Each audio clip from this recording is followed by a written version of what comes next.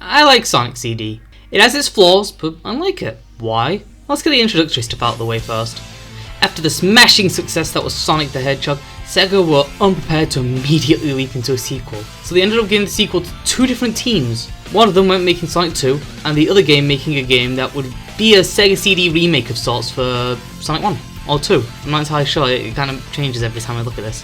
The Sega CD was Sega's first attempt at staying ahead of the curve, and it wasn't a runaway success, but it did do pretty damn good, all things considered. And unlike the next two Sega console failures, it definitely helped that it had a big mainline Sonic game, that being Sonic CD.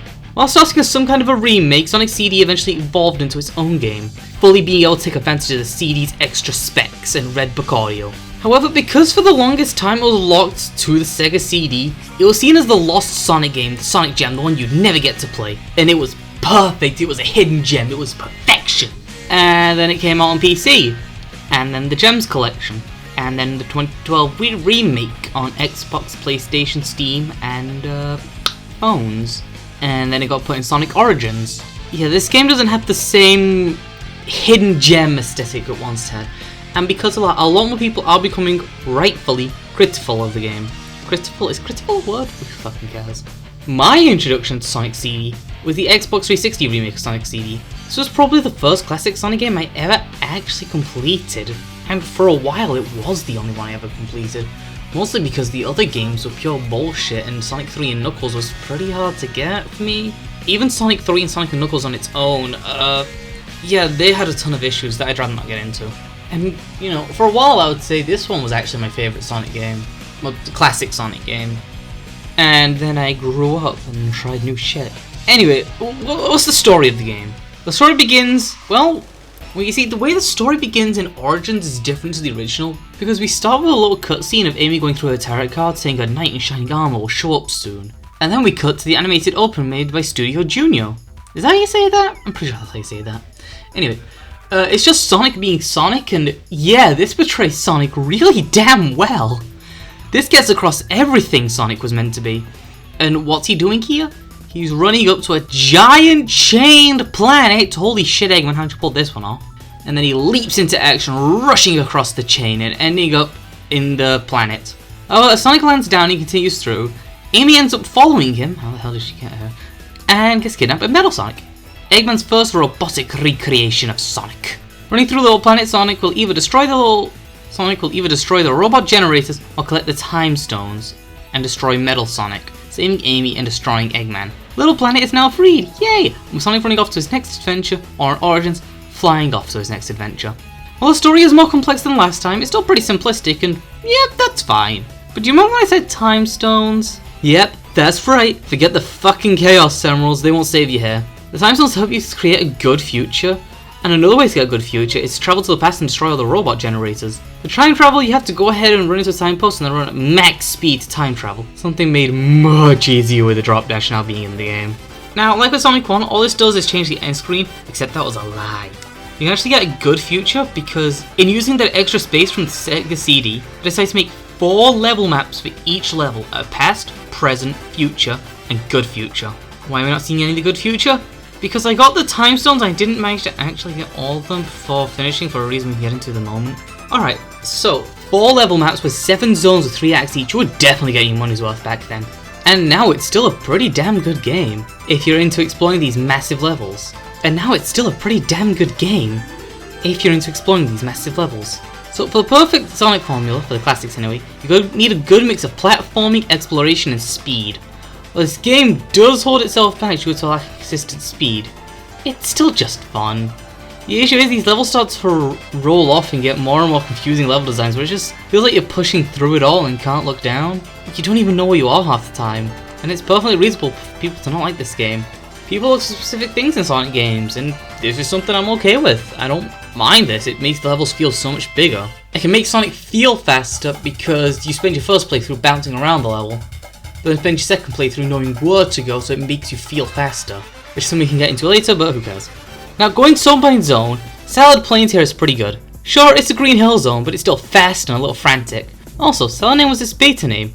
As for our next level, Rainbow Ruins doesn't exist, it got cut. Round 2 doesn't exist, but round 3, that's Collision Chaos, and yeah, it is chaos. It's bouncy, fun, kinetic, and has a terrible boss fight. Although I do think he'd be vibing. Tidal Tempest is What If Labyrinth, but good? I'm serious, this is a pretty good water level, and I do love this. If this was the original Labyrinth, maybe Sonic 1 would have been higher on my personal tier list, I'm just saying. Quartz Quadrant is actually amazing, and I love it. From the aesthetic to the gimmick to the fact I'm biased crystal levels, it's great. I just wish it came back at least once in a while. Because if you actually look at the level list, you've got Green Hill, Labyrinth, you got Spring Yard Zone, Scrap Brain Zone, Starlight Zone. But this crystal one, this is something pretty damn unique to this game and this game alone. Of course, a lot of the fact they have repeating level aesthetics mostly comes down to this started off as a Sonic 1 remake, and then later on it became its own thing. So I'm guessing a lot of these same level tropes were back from when they made assets for it being a 1 remake. Something along the lines? Who knows? Oh well. Wacky Workbench is too wacky for its own good. Please, God, just let me stay on the ground for 2 seconds. Please, please! Dada Speedway is pretty good when it lets you move forward. This level can be confusing and messy in some places, as some things are in the background, some things aren't, and it's messy. Although, the Metal Sonic boss fight does save it a lot. In a race with this bomb-ass music playing, the music being associated with Metal Sonic for a good goddamn reason. Take a listen while the race plays out.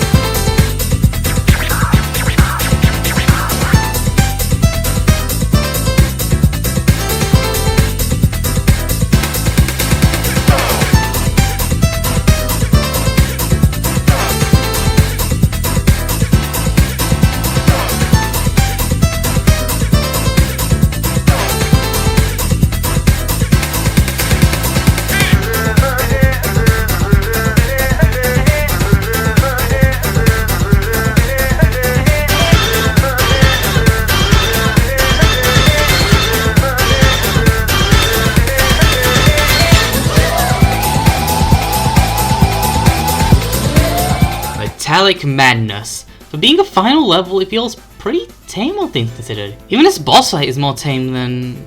Actually, no, this is pretty on par for most boss fights in this game. Sonic boss fights have always sucked. You know, except from Frontiers, but that's a special exception, we don't talk about that one here. Now, for the special stages, I like them. I admit they're pretty weird. You run around a 3D space trying to collect UFOs, and I didn't manage to get all the time stones. Not because these special stages are hard, honestly, they're pretty damn fun, but it's the way you get to them. I didn't mention it last time because I knew I'd get into it here, but you have to get to the end of the stage with 50 rings. Not bad, right? Well, the ring system is here because you're moving so fast it's hard to see what's coming ahead of you. So pick up at least one ring and you're as golden as Soup Sonic. However, the issue runs in when you need to keep a hold of a lot of them to make it to the end of the stage. Especially stages like Wacky Workbench where they won't let you see fucking around it! It's bullshit, and it's not the only time I'll be saying that this entire series. God, these classic games and the special stages can be so fucking dumb sometimes. Now, since Amy is introduced here, I'll talk about how she plays in Origins. Since consistent throughout, she's just Sonic. And while he has his super peel out and a last minute spin dash addition in the original, Amy has something like the Insta Shield from Sonic 3. Extends her hitbox, but well, because she's a shorty and her hitbox spin dash is already pretty damn small. So they crippled her but then gave it back to her as a crutch. You'll love to see it. She also has a hammer swing instead of drop dash, but you can change direction mid-swing, making it an even better spin dash. Even able to attack Knuckles only sections, of which there aren't many in CD, and when they are, they kind of feel slapped on. With everything said and out of the way, is Sonic CD a good game? It is pretty debatable, but I like the game. I can't sit here and argue it's one of Sonic's best, most flawless. Back in the day, it had a reputation because it was hard to get, and now it's mixed reception, and yeah, that's fair. So at some point in the future, I'll have to cover Sonic 2. But until then, take care. Bye! Fuck that game.